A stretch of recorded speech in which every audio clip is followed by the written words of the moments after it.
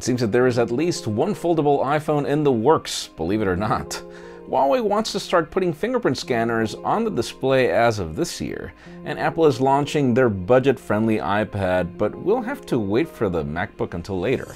I'm Jaime Rivera, and it's going to be kind of hard to get to the daily next week as I'll be in China. You know, I always try to figure this out, but in case I don't, there will be some awesome coverage from that.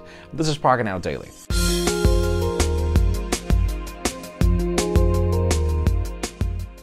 The official news today begin with deals. Those new other options that are available on eBay continue getting good. I mean, if you're in the market for the HTC U11, it's currently available for $345.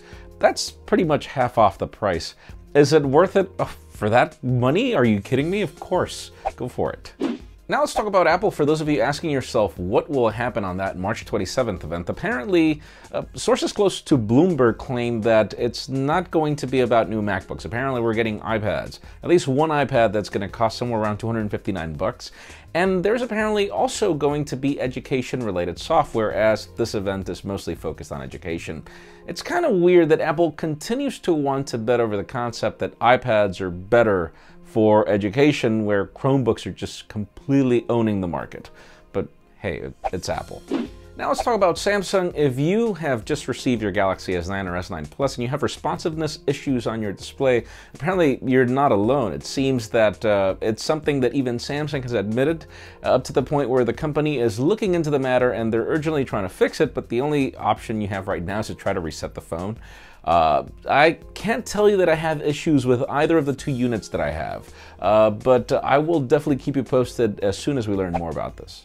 Now let's talk about Huawei. We are expecting the company's new P20 and P20 Pro happening next Tuesday, but apparently the company is working hard on new technology for the Mate 11. And since the teaser is mostly photography in the case of the P20, apparently the Mate 11 is going to be about new technologies, like, for example, an on-display fingerprint scanner. Apparently, Huawei is working so hard on this that the company plans to get it to us this year.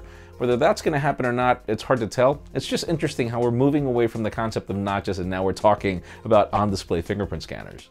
And finally, the most interesting news today have to do either with a foldable iPhone or with the future of the iPad mini. So bear with me, we've got some sources that are claiming that Apple is working really hard on this foldable display, either iPhone or iPad, to be launched in 2020. And the whole concept apparently is to bring that versatility where you have a smartphone when you need it, and for that to turn into a tablet when you need it. It makes all the sense in the world. If you look at the way iOS is designed, particularly for tablets, it's kind of with that purpose where you can flip it and get a user interface and then you could just go horizontal and get another one.